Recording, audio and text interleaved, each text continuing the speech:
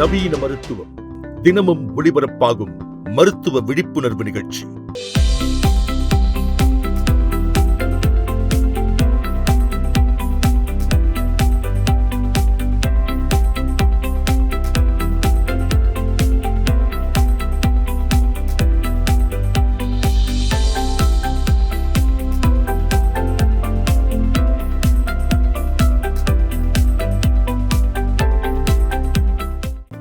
HBOT எனப்படும் அதிக அழுத்த ஆக்சிஜன் சிகிச்சை என்பது ஒரு சிறப்பு அறையில் அதிக அழுத்தத்தில் தூய ஆக்சிஜன் வழங்கப்படும் ஒரு நவீன மருத்துவ சிகிச்சை முறையாகும். ஸோ ஹைப்பர்பேரிக் ஆக்சிஜன் தெரப்பி 1600s தான் ஃபர்ஸ்ட் இன்ட்ரடியூஸ் பண்ணாங்க. அது எதுக்காக யூஸ் பண்ணாங்கன்னா, first of all divers, deep sea divers அதிகமாக டெப்த்ஸில் போய் ஏதாவது இன்வெஸ்டிகேஷன் பண்ணும்போது திருப்பி அசென்ட் பண்ணும்போது என்ன பண்ணாங்கன்னா, கொஞ்சம் சீக்கிரமாக அசென்ட் பண்ணாங்கன்னா, because of the breath hold nitrogen bubbles அவங்க பிளட் ஸ்ட்ரீமில் அக்யூமுலேட் ஆகி it use to go and block, சின்ன சின்ன சிறுசாக பிளட் வெசல்ஸில் போய் பிளாக் பண்ணிடுது.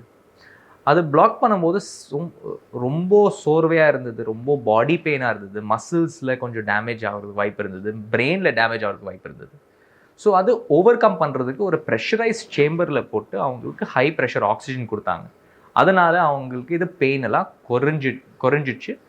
பட் என்ன ஒரு பெனிஃபிட்னா, அவங்களுக்கு சப்போஸ் அவங்களுக்கு ஏதாவது வூண்ட் இருந்ததுன்னா, இல்லை அவங்களுக்கு ஏதாவது காயம் இருந்ததுன்னா அது கொஞ்சம் ஃபாஸ்ட்டாக ஹீல் ஆகிட்டு இருந்தது. ஸோ ஒரு தெரப்பிக்காக ஃபர்ஸ்ட் டைவர்ஸில் தான் யூஸ் பண்ணாங்க இது HBOT. இந்த சிகிச்சையில் நோயாளி ஒரு மூடிய அறைக்குள் அமர்த்தப்படுகிறார் அல்லது படுக்க வைக்கப்படுகிறார். அந்த அறையில் சாதாரண காற்றழுத்தத்தை விட அதிக அழுத்தம் உருவாக்கப்பட்டு தூய ஆக்சிஜன் வழங்கப்படுகிறது. இதன் மூலம் இரத்தத்தில் ஆக்சிஜன் அளவு அதிகரிக்கிறது. மேலும் உடலின் சேதமடைந்த திசுக்களுக்கு கூடுதல் ஆக்சிஜன் கிடைக்க உதவுகிறது. இந்த சிகிச்சை குறிப்பாக நீரிழிவு நோயாளிகளுக்கு ஏற்படும் சரியாக ஆறாத புண்கள், தீவிர தொற்றுக்கள், தீக்காயங்கள், விஷவாயு பாதிப்பு மற்றும் சில வகையான திசு சேதங்களில் குணமடைதலை விரைவுபடுத்த உதவக்கூடியதாக இருக்கிறது. அதிக ஆக்சிஜன் கிடைப்பதன் மூலம் புதிய திசுக்கள் உருவாகவும், புண்கள் விரைவாக ஆறவும், தொற்றுக்கள் கட்டுப்படுத்தப்படவும் உதவுகிறது. மெடிக்கல் ரிசர்ச் பண்ணும்போது they were able to find out this is not only useful for diverse disease, it was called Caisson's disease. Caisson's disease is the initial indication. But இது எதுக்காக, ஆல்டிடியூட் சிக்னஸ்க்காக, டீப் சி டைவர்ஸ் மட்டும் கிடையாது, altitude சிக்னஸ்க்காக கூட யூஸ்ஃபுல்லாக இருந்தது. நான் healing wounds, ulcers, நெக்ரோசிஸ்க்காக யூஸ்ஃபுல்லாக இருந்தது. அப்புறம் கார்பன் மோனாக்சைடு பாய்சனிங், அதிகமாக கார்பன் மோனாக்சைடு இருந்துச்சுன்னா this is the indicated treatment. நிறைய ஃபயர் ஃபைட்டர்ஸ் கூட டியூரிங் நிறைய இன்ஹிலேஷன் பண்ணும்போது, டியூரிங் ஃபயர் ஃபைட் பண்ணும்போது இன்ஹிலேஷன் பண்ணும்போது the treatment was hyperbaric oxygen therapy. So medically இது ரொம்ப வருஷமாக யூஸ் பண்ணிட்டு இருக்காங்க. ஹார்ட் ஃபெயிலியருக்கு நம்ம ஹைப்பர்பேரிக் ஆக்சிஜன் தெரப்பி நம்ம யூஸ் பண்ணிட்டு இருக்கோம். அது எப்படி யூஸ் பண்ணிட்டு இருக்கோம்?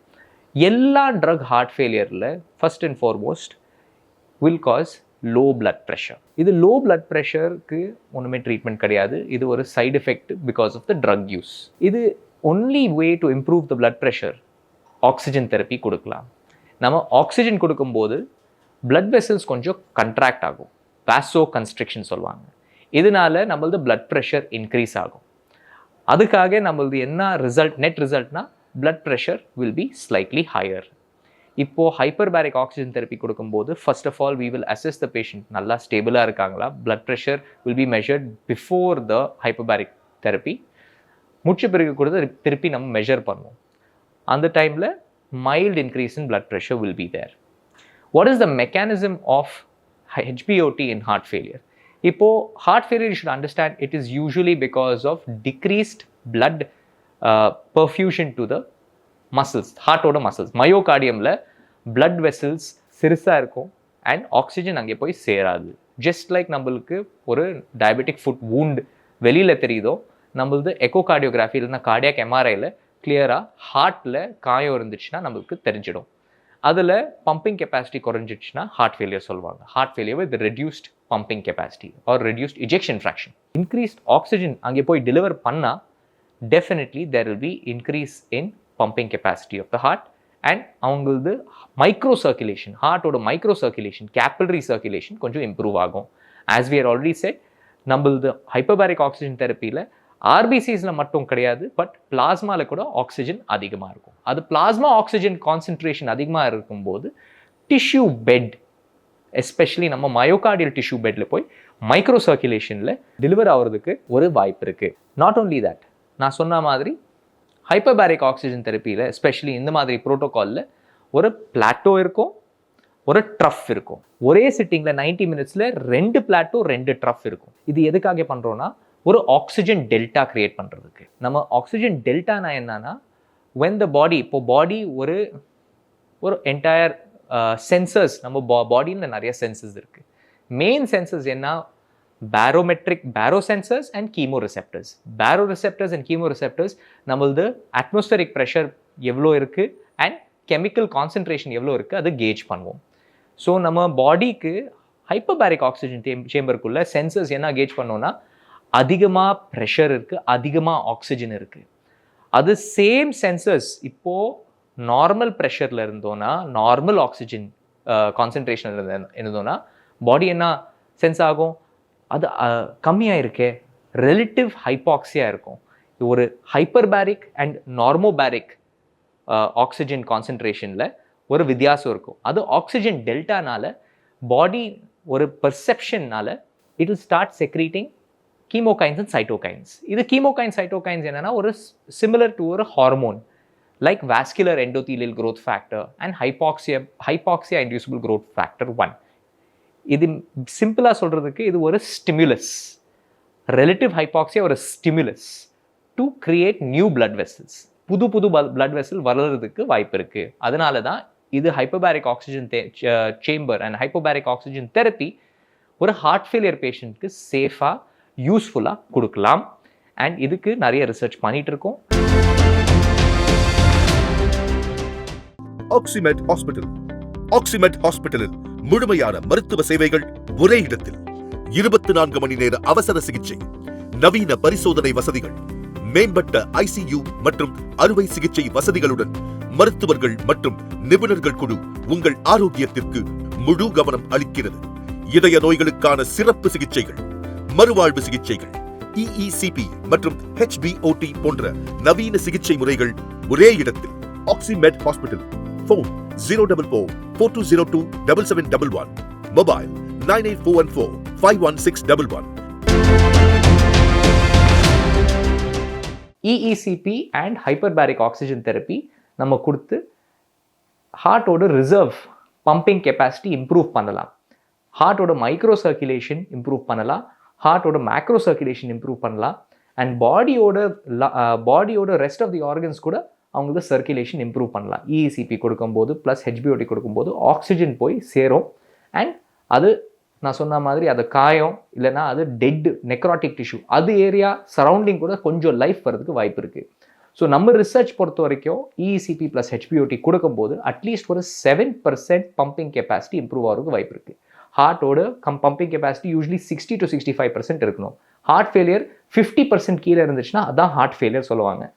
40%னா ஒரு மாடரேட் ஹார்ட் ஃபெயிலியர், 30% கீழே இருந்துச்சுன்னா ஒரு சிவியர் ஹார்ட் ஃபெயிலியர். இந்த மாதிரி பேஷண்ட்லாம் நம்ம ட்ரீட்மெண்ட் ஸ்டார்ட் பண்ணி கார்டியாக் ரீஹாபிலிட்டேஷன் கொடுக்கும்போது EECP அண்ட் HBOT கிராஜுவலாக அவங்களோட ப்ரெஷர் கொஞ்சம் இன்க்ரீஸ் பண்ணிவிட்டு மெடிசின்ஸ் கூட கிராஜுவலாக டோசேஜ் இன்க்ரீஸ் பண்ணி அவங்களுக்கு ட்ரீட்மெண்ட் பண்ணியிருக்கோம். அண்ட் ரிசல்ட்ஸ் ரொம்ப நல்லாவே வந்திருக்கு. பப்ளிஷ் பண்ணியிருக்கோம் டேட்டா. ஒரு 7% இம்ப்ரூவ்மெண்ட் வரதுக்கு வாய்ப்பு இருக்குது. 35% இருந்துச்சுன்னா அவங்களுக்கு பம்பிங் கெப்பாசிட்டி 42 to 45% கூட வரதுக்கு வாய்ப்பு இருக்குது. அது 6 minute வாக் டிஸ்டன்ஸ் நம்ம சொன்னோம்ல, அந்த மாதிரி கேஜ் பண்ணும்போது 150 meters, சப்போஸ் அவங்களுக்கு 100 meters தான் நடக்கும்போது நம்ம ட்ரீட்மெண்ட் முடிச்ச பிறகு 250 to 300 meters கூட நடக்கலாம். So quality of life and quantity of life 5 year survival rate இப்போ பார்த்தோன்னா எல்லாமே ட்ரீட்மெண்ட் நம்ம பண்ணிவிட்டு கார்டியாக் ரீஹாபிலிட்டேஷன் பண்ணிவிட்டு மெடிசின்ஸ்லாம் கொடுக்கும்போது 5 year மார்டாலிட்டி ரேட் பார்த்தோன்னா 13% தான் இருக்குது. 87% of the patients are living beyond 5 years. Outcomes கூட ரொம்ப நல்லா இருக்குது. குவாலிட்டி ஆஃப் லைஃப், அவங்க நார்மலாக நடக்கிறாங்க, அவங்க நார்மலாக எல்லாம் வேலை செய்கிறாங்க, அவங்களது சாப்பாடு சாப்பிட்றாங்க, அவங்களே துணி போடுறாங்க, அவங்களே பேத் பண்ணுறாங்க, அவங்களது பர்சனல் லைஃப் கூட நல்லா இருக்குது. ஸோ அந்த மாதிரி we are not only survive மட்டும் பண்ணக்கூடாது, ஒரு சான்ஸ் அட் லிவிங் கூட ஒரு ஆப்ஷன் இருக்குது. So all is not lost. Doom and gloom மட்டும் கிடையாது, ஒரு நல்ல வாழ்க்கை கூட இருக்கலாம். Heart failure is not the end. It is another chance. நம்மள்கிட்ட ஆப்ஷன்ஸ் இருக்குது, ட்ரீட்மெண்ட் கூட இருக்குது. Correct diagnosis and timely management ஒரு நல்ல ஒரு லைஃபோட இன்வெஸ்ட்மெண்ட் பண்ணலாம். நான் சொன்ன மாதிரி டு கன்க்ளூட், ஹார்ட் ஃபெயிலியர் பேஷண்ட்ஸில் லோ பிபி ஓவர் கம் பண்ணுறதுக்கு ஆக்சிஜன் தெரப்பி கொடுக்கலாம். மைக்ரோ சர்க்குலேஷன் இம்ப்ரூவ் பண்ணுறதுக்கு ஹைப்பர்பாரிக் ஆக்சிஜன் தெரப்பி கொடுக்கலாம். ஆக்சிஜன் டெல்டா அண்ட் ஆன்ஜியோஜெனசிஸ் இம்ப்ரூவ் பண்ணுறதுக்கு ஹைப்பர்பாரிக் ஆக்சிஜன் தெரப்பி கொடுக்கலாம். இதனால நெட் பெனிஃபிட் கண்டிப்பாக இருக்குது. சேஃபாக கொடுக்கலாம் அண்ட் பேஷண்ட்ஸ் கூட பெனிஃபிட் பண்ணலாம். இது ஒரு overall process in conjunction with நம்மளது என்டையர் கார்டியாக் ரீஹாபிலிட்டேஷன் ப்ராசஸ்க்காக நம்ம இதை யூட்டிலைஸ் பண்ணி டெஃபினெட்லி பேஷண்ட்ஸ்க்கு பெனிஃபிட் கொடுக்கலாம். ஹார்ட் ஃபெயிலியர் நிறைய பேஷண்ட்ஸ் இருக்காங்க, ஆப்ஷன்ஸ் இல்லாமல் ரொம்ப ஹோப்லெஸ்ஸாக இருக்காங்க. அந்த இண்டிவிஜுவல்ஸ்க்கு நம்மளுக்கு இது மாதிரி ட்ரீட்மெண்ட் கொடுத்துட்டு அதோடு சேர்ந்து peripheral vascular disease, diabetic foot disease, gangrene, necrosis, ulcer, இந்த மாதிரி தீக்காயம், பர்ன்ஸ், அப்புறம் பிளாஸ்டிக் சர்ஜரி முடிச்ச பிறகு ஃப்ளாப் ரேடியேஷன் நெக்ரோசிஸ், அது போஸ்ட் கீமோதெரப்பி ரேடியேஷன், அது மாதிரி cases, plus osteomyelitis, bone infection, அந்த மாதிரி கேசஸ் கூட நம்ம எடுத்திருக்கோம். Fire fighters, divers, also hyperbaric oxygen therapy, because நம்மளது டிஷ்யூ லெவலில் ஆக்சிஜன் இம்ப்ரூவ் பண்ணிட்டு இருக்கோம். ஹெல்த்தி இண்டிவிஜுவல்ஸ் கூட எடுத்துட்டு ஆன்டி ஏஜிங் கூட யூஸ் பண்ணிட்டு இருக்காங்க.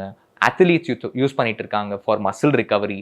போஸ்ட் ஒரு டெஸ்ட் மேட்ச் முடிச்ச பிறகு certain individuals are also taking to recover faster. Sports persons, cricketers, tennis players அதெல்லாம் யூஸ் பண்ணிட்டு இருக்காங்க for muscle recovery as well. So overall it is a safe therapy.